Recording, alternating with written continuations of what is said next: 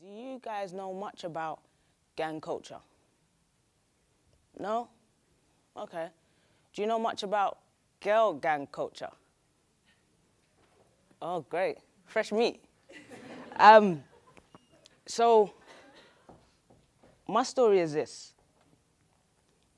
I started writing poetry at 11 years old because I needed an outlet. And I believe that everybody needs an outlet.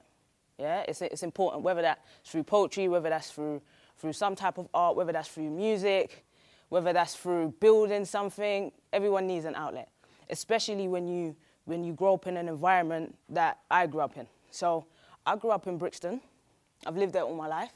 So I've seen the changes. I've seen the gangs. I've seen the riots. I was someone that was very heavily a part of gang culture. And as a female, it's something that's very, very different and hard, as you could probably imagine.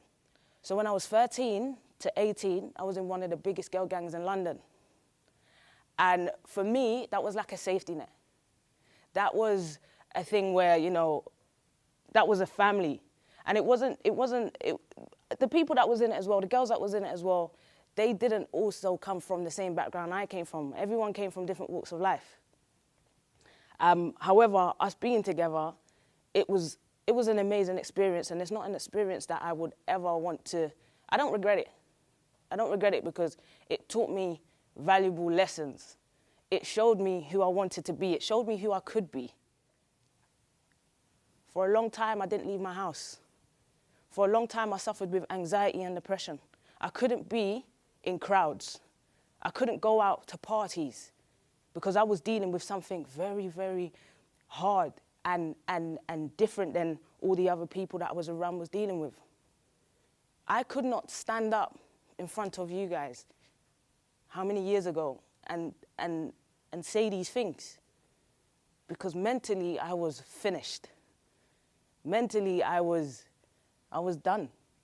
But yet again, everybody has an outlet, like I said. So it's that poetry. It's that splurging on the paper. It's that having that connection with my pen that really allowed me to excel. Poetry and the will to create saved my life. I still now, to this day, suffer from anxiety. But it doesn't stop me from wanting to excel and wanting to prove people wrong. So when I go into schools and I do poetry and creative writing with young people that get kicked out of class or that can't engage with their teachers, but they can engage with me. Simply because I'm not here to judge anyone. I'm not here to act like I'm bigger or better than anyone. I'm on everyone's level here. I'm on those children's level and I can get down to their level because it's all about making an impact and engaging and speaking to someone like they are human. And that's one thing that the school system didn't do for me. When you're in a classroom of 30, 35 other children and you're dyslexic and all you need is that one-to-one, they're not being able to give that to you. They wasn't able to give that to me. So I had to go and fight and really find out what I could do. And that was self-educating myself. Yeah? Forget schools. I'm sorry, forget universities. Don't drop out now, okay? Don't drop out now, that's just for me. But I learn differently, and I can understand that. So now I teach myself the way I know how to learn, yeah?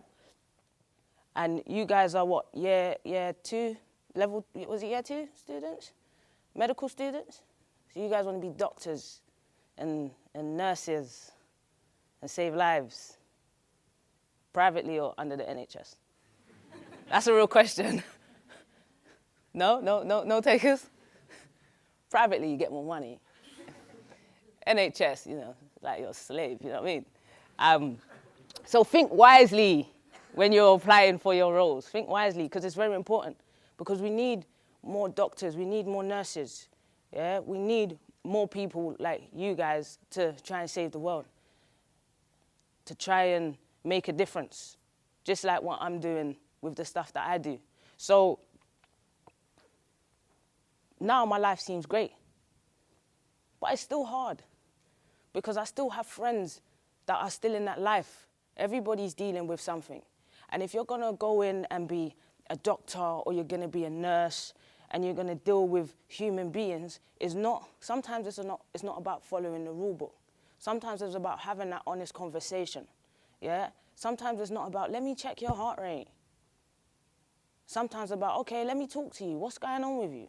Finding out their history and finding out, okay, is it depression? Is it your childhood where you grew up in a household with domestic violence and you're still suffering trauma? Is that the reason why, you take these drugs? Is that the reason why you self-harm? Is that the reason why you can't sleep? It's not just about giving people medication, because what if that medication has a reversed effect on that person's brain? Yeah? I've spoke to someone and they said, they're a paramedic, and they said, sometimes when they are called to a knife crime victim, they look at that person and think, why did you get stabbed? Why did you get yourself stabbed? That's crazy to me. That is crazy to me.